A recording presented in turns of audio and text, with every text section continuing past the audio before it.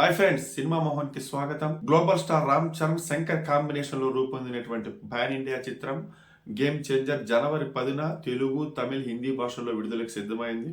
Game changer cinema censor కార్యక్రమాలు పూర్తి చేసుకుని యూబీఏ సర్టిఫికెట్ పొందింది. 2 గంటల 45 నిమిషాలుగా రన్ టైమ్ ను లాక్ చేసుకున్నారు.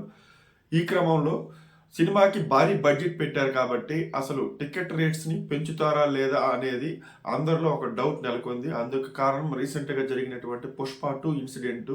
దీంతో తెలంగాణ ప్రభుత్వం అయితే మేము బెనిఫిట్ షోలకు అనుమతి లేము, టికెట్ ధరలు కూడా పెంచే విషయంలో ఆలోచిస్తామని అయితే కరాఖండిగా చెప్పేసింది.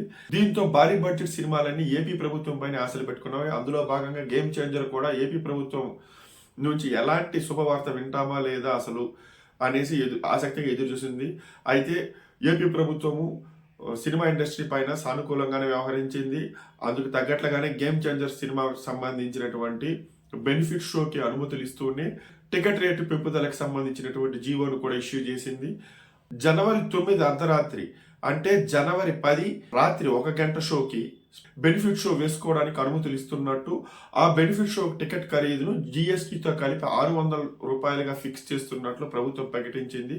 అలాగే ఆ షోతో పాటు 4 గంటలు షోకి కూడా అనుమతి ఇచ్చింది.